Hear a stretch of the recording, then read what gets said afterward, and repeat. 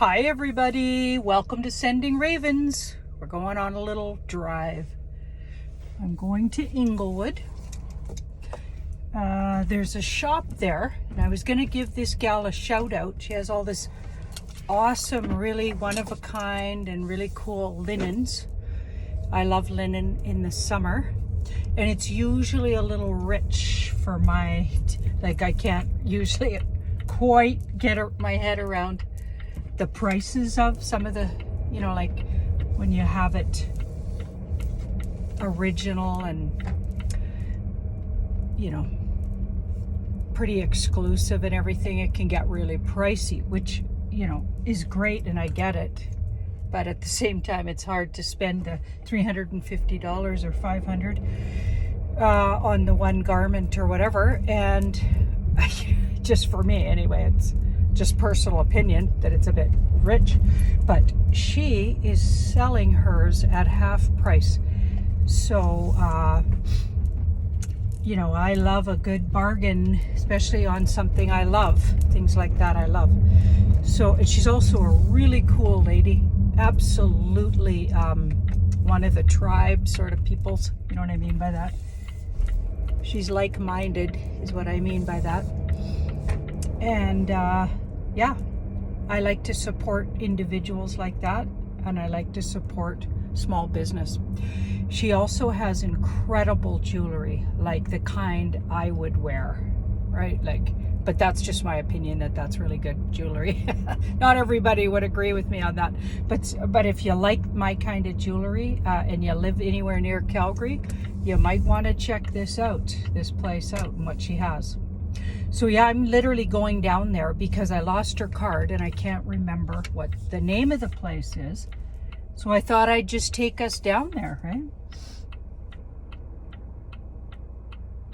Yeah, it's another scorcher. You probably noticed how sunny it is with my big skylight there behind me. Sunlight pouring in. Yeah, incredibly warm these days. Just soaking it up, because you never know with Calgary when it's going to get cold or miserable again.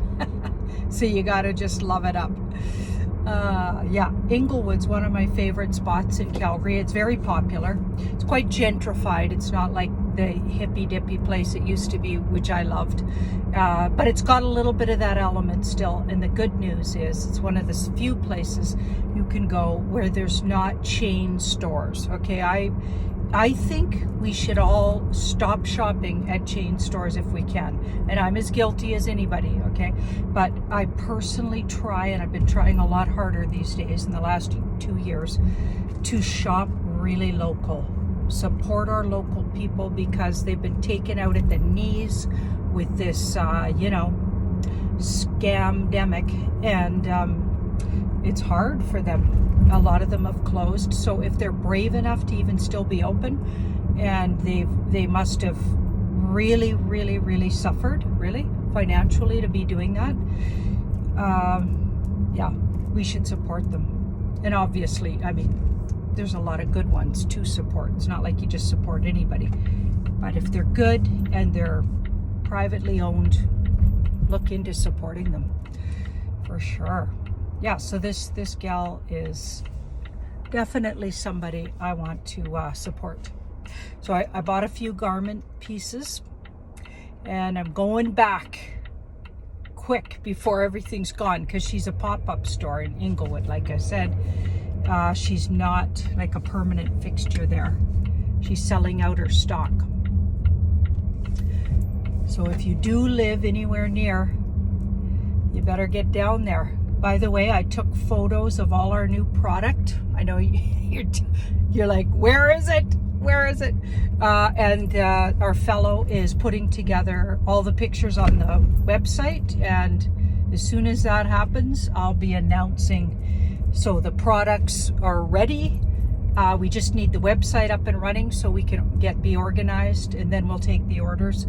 It'll be awesome. Unfortunately, if you're in the UK or if you're in Europe or Australia, it's going to be so expensive to send. that I would highly recommend you don't order stuff. And if you do, we'll only send the dry goods, because and it will be, unfortunately, really expensive. But if you're willing to pay those kind of prices for your shipping, and you still want just to get in on the, the label saying sending ravens, and you can't get anything like it, and you're willing to spend that, then awesome. And we're happy to send you the dry goods. But yeah, be prepared to, unfortunately, pay really big prices, and it'll probably take a long time to get to you. But the US and Canada will be sending everything. I mean, just the way it is with the mail systems. It's definitely not the way we wanted it to be. So yeah, that's how that's going. Let's see what else. I'm the one that took all the pictures, by the way. I went to my mom and dad's, and I took all the pictures for the website outdoors. So the pictures turned out, I think, really cool. They might not be as professional as somebody who does that for a living, but they have an artistic touch I hope you'll appreciate. Let me know what you think. Hilarious. Yeah. Wow. So did you guys see the Deep Dive Fridays? That's a good one, hey? Ashley and I looking into that Notre Dame fire again. Wow, Gene Decode, he's just, wow. Here's what Guy says about him, which I think it was pretty accurate. He says, Gene Decode's brave enough to actually say the stuff nobody else will even touch. Some of this stuff, like cloning Jesus Christ, like who's gonna touch that? But just something about Gene Decode, his bravery really is really interesting. And I looked into it. He's right. He's right about this stuff. I mean, he's on another dimension with information. And sometimes some people don't feel ready to hear that kind of stuff. But you know what? We better just all get over it, because, oh my goodness, things like that happen. And this world is not what you thought it was. So yeah, the quicker everybody gets over that and just opens their imagination and trusts that in the big picture, we're all going to have this figured out. It might take us a little time, because we've just recently discovered that all of our history and go. Oh, okay. Jesus. So I'm trying to let this guy in, and he's parking there. But he's parking in a really weird spot. Oh my goodness. Yeah, you're getting a glimpse of how the Taurus ox drives. It's pretty funny, I'm sure. Oh well. Yeah, I just drove right by Sunnyside. I'm on Memorial Drive. I lived in Sunnyside for years and years. I just love Sunnyside. That's another great neighborhood, but I'm heading for Ingelwood. Let's see. Yeah, Memorial Drive's one of the prettiest drives in Calgary. It's right by the river. It's all treed. There's gorgeous old buildings, like houses, like old for Calgary. Okay, so the oldest dwellings in Calgary would be about, at the very, very most, maybe 150 years old, right? Remember, Canada's they took the lands and called it Canada from the Indigenous people. Okay, they did not fairly come here. Okay, they pillaged and stole the lands and did a lot of eliminating of a huge part of the population, and that included the animals. Don't forget what they did to the buffalo. And that was all a ploy to take out the Indigenous people at the knees, because the Plains Indigenous peoples throughout most of Canada, that's what you have. There's coastal peoples too, but mostly there's plains, because the big middle is huge, right, of Canada. And all of those peoples, or a large amount of those tribes relied on the buffalo for everything. Food, shelter, clothing, everything. They got everything from the buffalo. And spiritually, Indigenous people, my belief is, and a lot of people believe this, we're on a different dimension than the Europeans that came. And this likely all over the world, this is the case, right? People that are close to the land, original peoples, groups of them are already dimensionally more evolved. And Europeans that came here, they saw them as less than human. Instead, they were actually spiritually more evolved. And yeah, we're gonna figure this all out, people. We're gonna finally figure this out and take some lessons from those peoples. Anyway, yep, so here I'm going. It's been fun. Guy's been popping over a lot more. He's come out of hiding, as it were. Not that he was hiding, but you know, when everything shut down, took a toll on him. But he's been coming around to the little house where we film, and that's been fun, and giving me big downloads, as we call it. Usually like explodes my mind just before I start a video, which and then I try to explain what we're getting there. Yeah. Anyway, yeah, he's a big part of my red pilling. Oh boy. I bet all of us recently red pilled people really have some people to thank, you know what I mean? Who had the patience to sit with us and explain things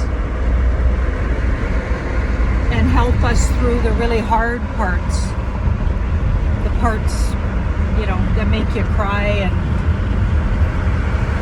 totally depress you. I mean, there's a lot of that, right? But once you get over that, you realize, okay, so what are we going to do? What are we doing going forward?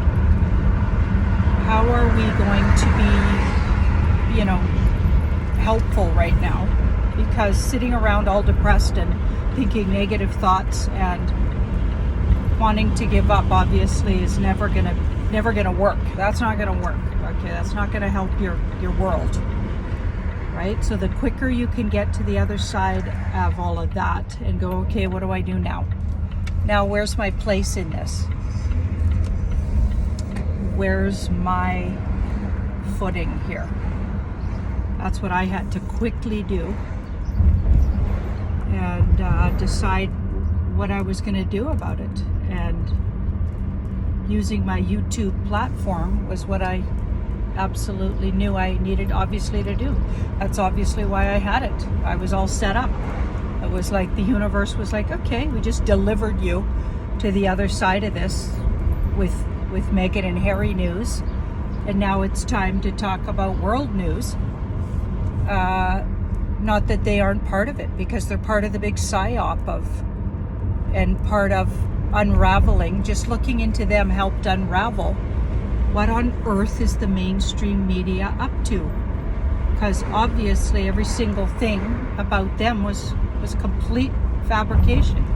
So that led us to everything, about almost everything the mainstream media says, in particular about the royals, but just about everything is made up and has an agenda behind it and is a huge trick somehow. So decoding that, decoding the mainstream media, decoding the Meghan and Harry story really helped bring us right to where we're sitting. So I don't undervalue that at all. My whole lifespan, just like the universe just steps me where I need to be, and I don't really have much choice in the matter. I just accept it because I trust. You have to trust. My soul never steers me wrong. So if my soul is urging me to go in a direction, I'm going there because I don't have a choice really. I always go where I'm needed and where my soul leads me. Okay, so I'll catch up with everybody here. I'm at a really difficult intersection, so I'll catch up to you guys.